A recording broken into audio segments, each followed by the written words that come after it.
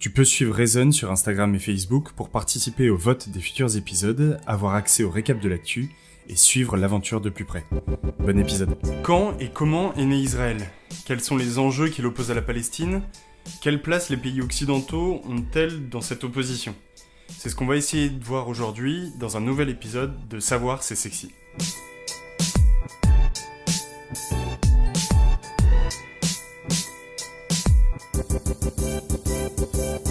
« 1917.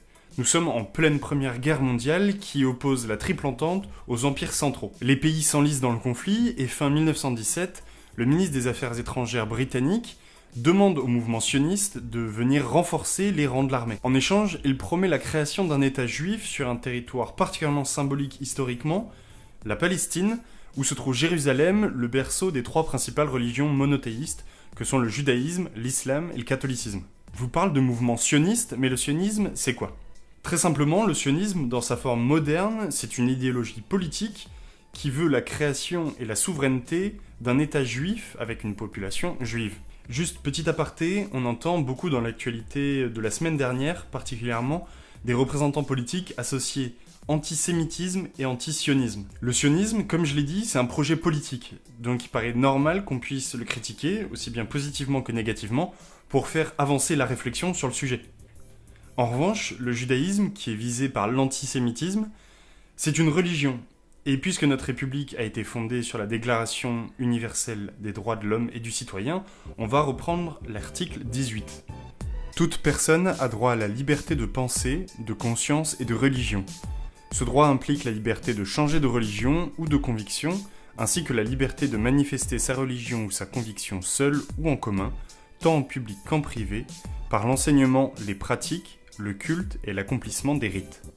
Bref, j'espère que vous aurez saisi la différence et combien c'est important de ne pas faire l'amalgame entre antisionisme et antisémitisme.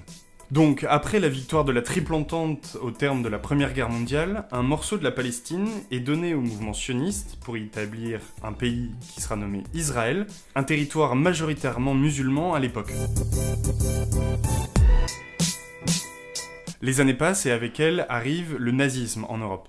De nombreux juifs fuient l'oppression et la guerre qui fera 60 millions de morts, dont 6 millions de juifs, et partent se réfugier en Israël, un territoire où ils seront abrités dans l'antisémitisme de l'époque. Comme on l'a vu, l'Angleterre, qui était à l'origine de ce dossier, refile le paquet à l'ONU, l'Organisation des Nations Unies. Et en 1947, l'ONU propose de séparer le territoire en deux, un côté Israël, un côté Palestine. Bien évidemment, Israël accepte. Mais en revanche, la Palestine refuse, estimant qu'ils n'ont pas à partager leur territoire. Résultat, guerre civile dont Israël ressort plus forte militairement. Fuite massive de la population palestinienne. Récupération de nouveaux territoires par Israël et arrivée massive de juifs d'Europe en Israël. Le mouvement sioniste a atteint son but et en 1948, Israël se proclame comme nation indépendante. 1967. Une guerre éclate entre Israël et ses voisins, l'Irak, l'Égypte et le Liban. Mais en plus, cette guerre s'inscrit dans un climat de tension extrême. Nous sommes en pleine guerre mondiale qui oppose l'URSS aux États-Unis. L'URSS et les pays arabes voisins s'allient avec la Palestine, tandis que les États-Unis s'allient avec Israël. De ce conflit armé qu'on appelle la guerre des 6 jours, Israël sortira vainqueur, et en représailles, les pays arabes feront augmenter drastiquement le prix du baril de pétrole et créeront ainsi la première crise pétrolière dans les pays occidentaux, en particulier aux États-Unis.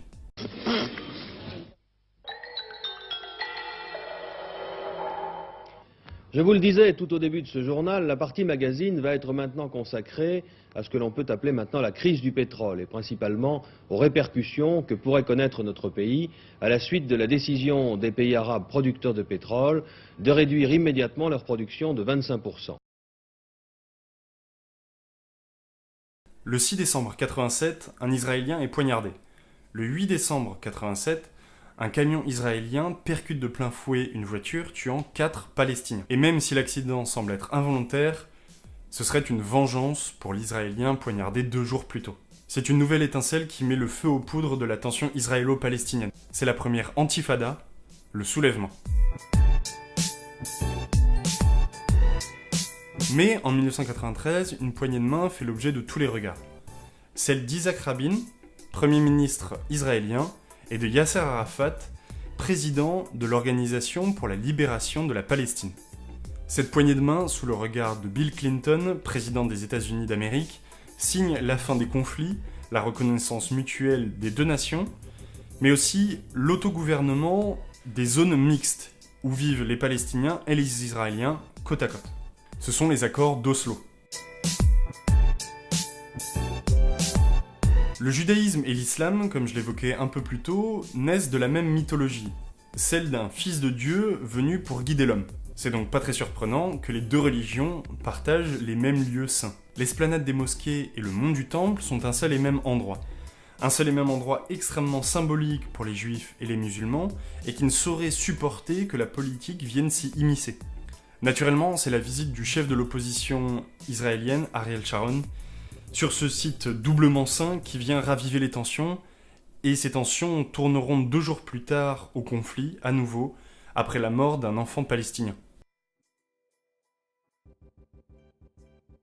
Depuis, les deux pays s'opposent toujours sur la bande de Gaza, une enclave palestinienne qui revendique son droit d'être sur son territoire, mais aussi de ne pas rester seule, isolée, face à Israël. En 2017, en guise d'une nouvelle preuve de soutien des États-Unis pour Israël, les États-Unis annoncent l'ouverture de leur ambassade à Jérusalem, une ville qui normalement est partagée aussi bien par la Palestine que par Israël, une annonce qui réactive les tensions entre les deux pays enlisés dans un conflit inextricable. L'expansion israélienne est inexorable. Les morts maintenant se comptent en plusieurs dizaines de milliers depuis le début du conflit, et les pays extérieurs sont complètement dépassés.